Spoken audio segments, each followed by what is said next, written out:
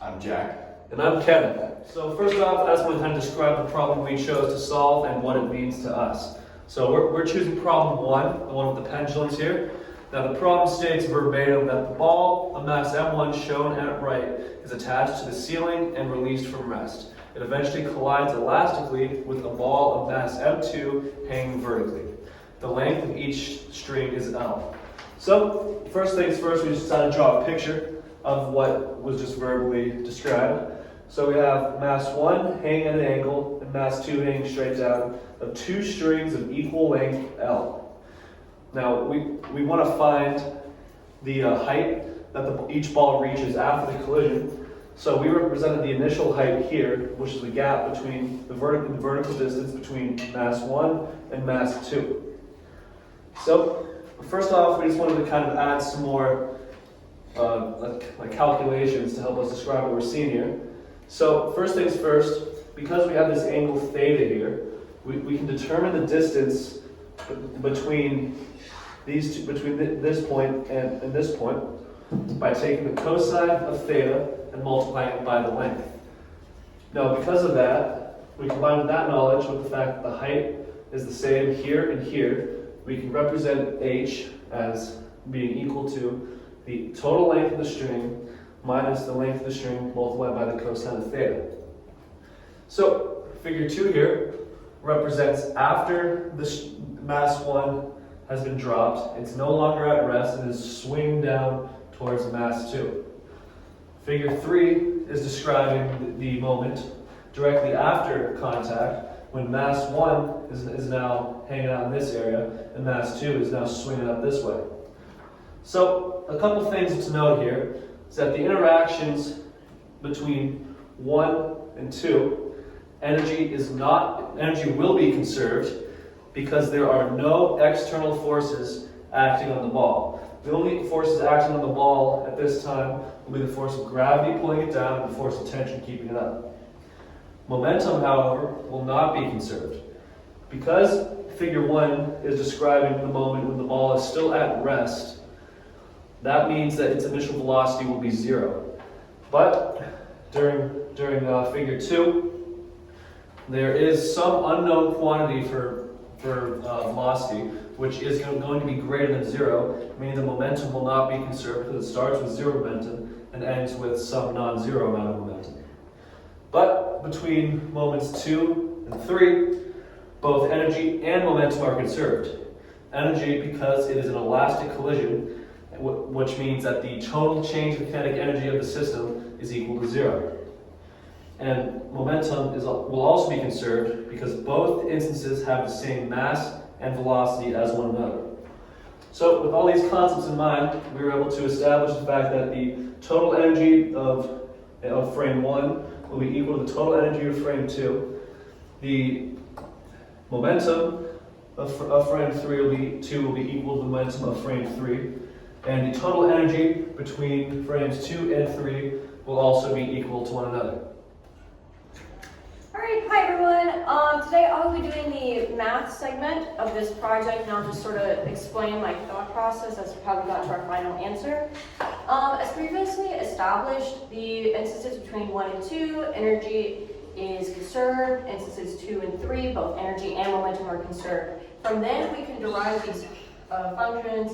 Potential gravity is equal to potential energy is equal to kinetic energy. I'm able to cross that out because the system starts with no kinetic energy.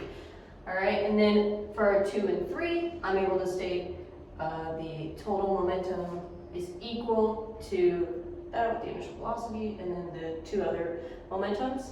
And then same thing here with energy. I'm able to describe total energy of the system is equal to the sum of the two other energies of the two different systems. Alrighty. Okay, so then from there, we're going to go over to this total energy, and we're going to simplify it to give us velocity, or velocity for the first ball. The reason why we're doing this is so that we can eventually solve for velocity of the second ball. So to do that, cross out the 1/2. Once we get to here, we move the velocity and energy energy from ball 2 over to the other side, simplified where velocity of F1 is by itself, and we get this equation. Okay, from there, we plug it on into here, which is our, let's see, that is our simplified equation right there. All right, and so we plug in our VF1 to here, so that then we can continue to solve VF2. We simplify it on to here, and then we move all the way to here. And we sort of set it up as a quadratic, because that's just how the math happened to work out, where this sort of serves as our a function, or x squared, because if you see that it has a little square function right there. And then this segment right here serves as our b, because it has an x squared, but it still has a value. And then that sort of serves as our x.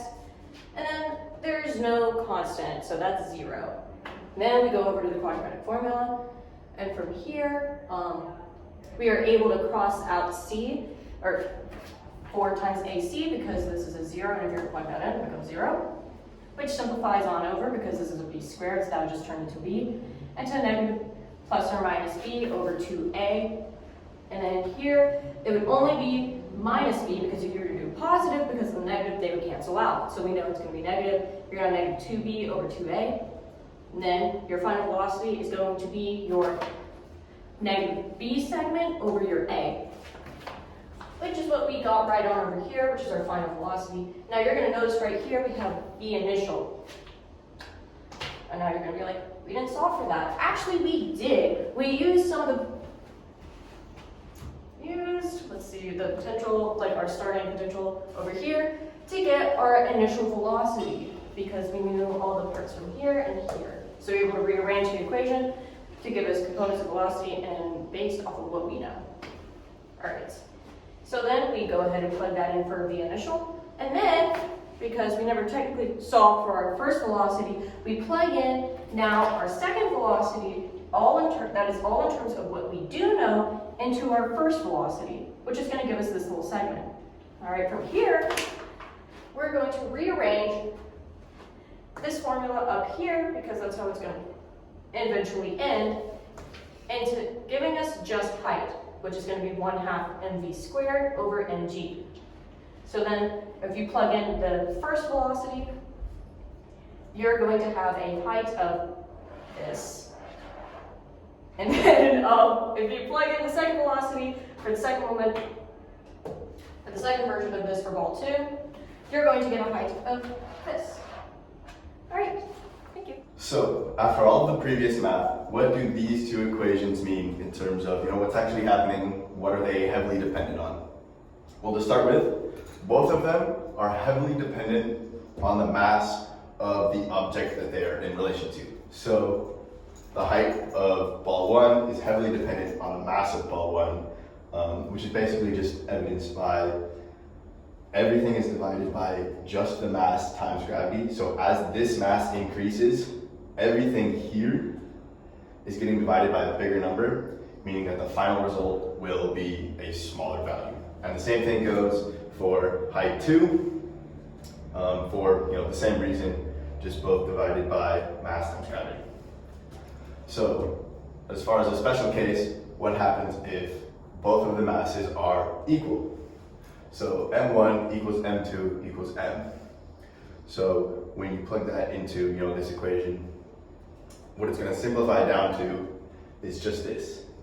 So, no masses in here at all, because they all cancel out. And the reason for that is this segment here is going to simplify to just 2m, which is going to cancel out with that. And as far as the outside of the parentheses, it's going to be canceled out here. So the final answer when the masses are equal is not dependent on the mass itself. It cancels out. So the height of ball 2 after impact with ball 1 is just going to be the inverse of wherever ball 1 starts. So you can see that in these two drawings here.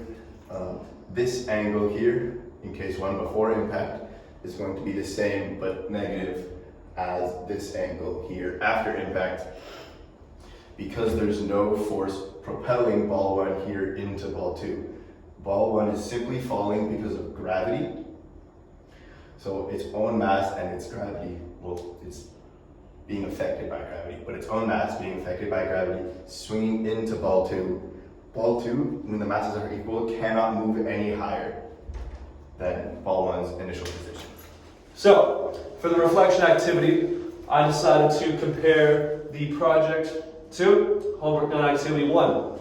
In homework done activity 1, we were asked to solve for the changes in momentum and energy of two astronauts colliding together in space. We were asked to put them through a couple different scenarios, one during an elastic collision, one during an inelastic collision, and one during a super elastic collision. So the big takeaway from that is that elastic collisions means that the total change of kinetic energy of the system will be equal to 0. Having this knowledge really makes solving this project a lot easier. Because it explicitly states that the collision between these two masses is elastic, that we knew that the change in kinetic energy would be equal to 0. That really provided a solid foundation for us to do all of our calculations and other work on. And that's how homework on activity 1 relates to our project. Thank you.